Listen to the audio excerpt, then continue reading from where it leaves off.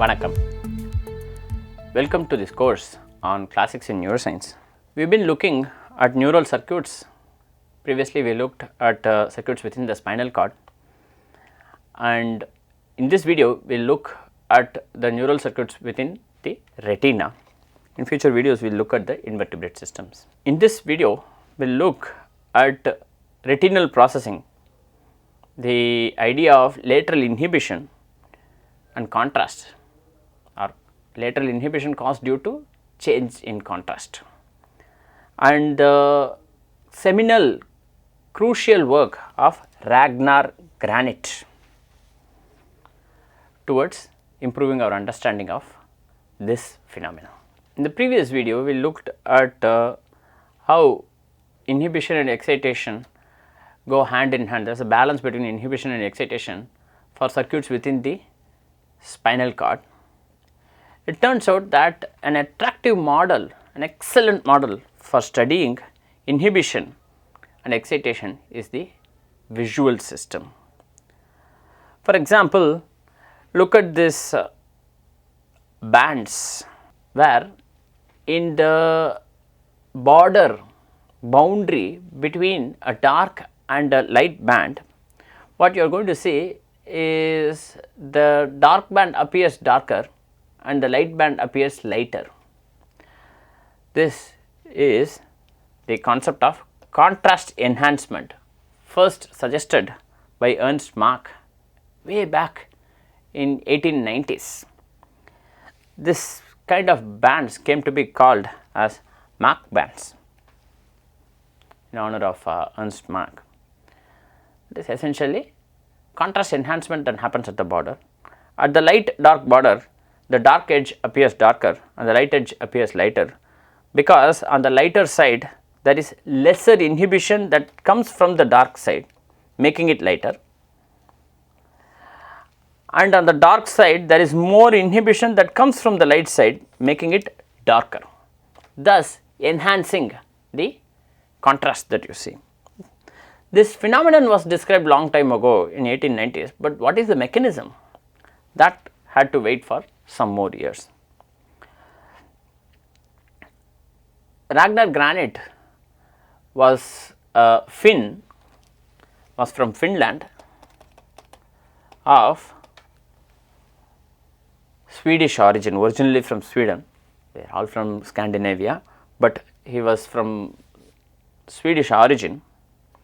He worked and studied in Finland. He was inspired by the work of Edgar Adrian and Yngve Zatterman, who recorded impulses of muscle spindles. And of course, in the visual system, the impulses of the optic nerve from the retina of the eel, that was recorded by Edgar Adrian and Rachel Matthews, was the inspiration for Ragnar Granit. Granit trained for some time with Charles Sherrington in Oxford, and then he returned back to Finland to pursue his own studies. He had a couple of hypotheses regarding how inhibition and excitation works in the retina.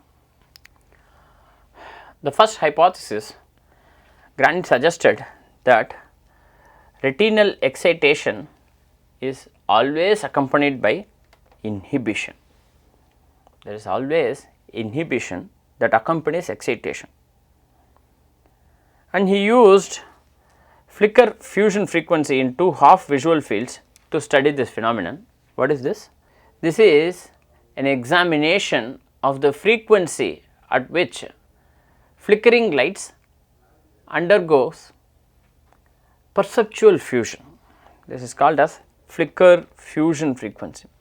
This is the frequency at which a flickering light undergoes a form of perceptual fusion. It turns out that fusion frequency increased in brighter and reduced in the darker field. So, this suggested that the inhibitory system is excited more and more as the intensity of the excitatory process in a group of neurons, when that increases, when the excitation in the neurons increases, the inhibitory system is also excited more. This inhibitory effect of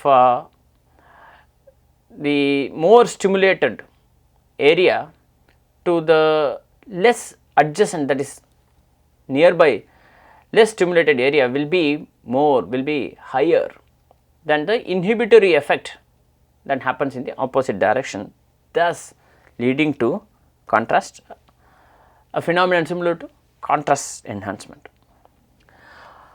Also, he hypothesized that under some specific conditions, light can cause a reduction in retinal activity. Surprisingly, how can this be true? Because retina is sensitive to light. But Granit showed that under some specific conditions, light can actually cause an inhibition or a reduction in retinal activity. He used the electroretinogram, which is recorded by placing electrodes on the eyelids, and he found that there was a suppressive effect of light or light stimulation on the off response of the electroretinogram. Remember, this is not individual cell recording or even single unit recording in extracellular space. This is more like field recording of the type that you see in ECG or EEG, electroencephalogram or electrocardiogram. This is similar to field potentials that you record. This is called as electroretinogram. With this, we come to the end of this video. In this video, we looked at contrast enhancement and how lateral inhibition and contrast can be explained, and we looked at the seminal critical work of Ragnar Granit in explaining both inhibition and excitation that happen in the retinal field. Thank you very much for your attention.